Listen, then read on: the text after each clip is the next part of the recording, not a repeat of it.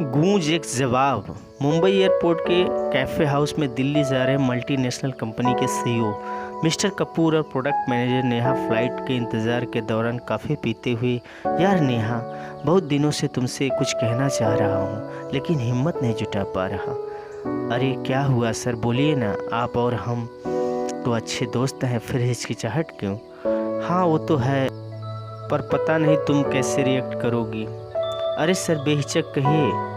यार Neha, I love you so much. ये क्या कह रहे हैं आप सर? नेहा हैरानी से बोली।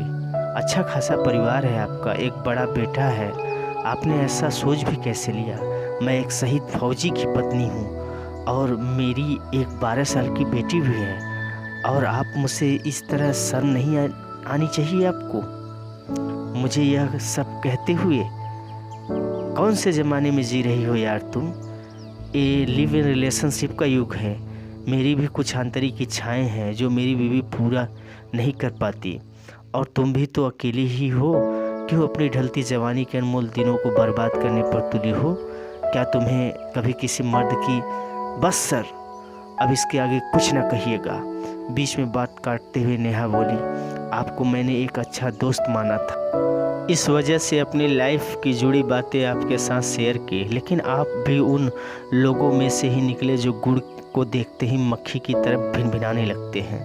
अब मुझे अच्छी तरह समझ में आ गया कि क्यों आपकी पत्नी ने 2 बार आत्महत्या करने की कोशिश की थी, एक शहर में रहते हुए भी क्यों आपका बेटा आपके साथ नहीं रहता। इतना कहने के बाद वो उठ कर जाने लगी तो मिस्टर कपूर ने कसकर नेहा का हाथ पकड़ा और कहा, रुक जाओ, कहाँ जा रही हो? ये मत भूलो कि मैं तुम्हारा सीनियर ऑफिसर हूँ। अगर मैं चाहूँ तो 2 दिन में तुम्हारा ट्रांसफ़र किसी भी ब्रांच में कर सकता हूँ, यहाँ तक कि तुम्हारी नौकरी भी खा सकता हूँ। इसलिए कहता हूँ, मान लो मेरी बात, ज़िंदगी भर ऐश करोगी। चटाक! कैफे हाउस में झन्नाटेदार थप्पड़ की आवाज़ गूंज उठी थी और मिस्टर कपूर अपना गाल सहला रहे थे, क्योंकि नेहा की 5 उंगलियां उनके गाल पर छप चुकी थी और वहां मौजूद सभी लोगों की नज़र इन दोनों पर ठहर गई थी। मिस्टर कपूर खौलते हुए गुस्से में, आज जिस मुकाम पर मैं हूं ना, तो सिर्फ और सिर्फ मेरी काबिलियत की वजह से, और अगर मैंने ये जिस्म और जवानी का सहारा लिया होता तो आप जैसे 2 कौड़ी के ऑफिसर मेरे आगे पीछे घूम रहे होते। मगर आप शायद भूल गए, मैं एक शहीद फौजी की पत्नी हूँ जिन्होंने देश सेवा के लिए अपनी जान का समझौता नहीं किया, तो मैं क्यों करूँ?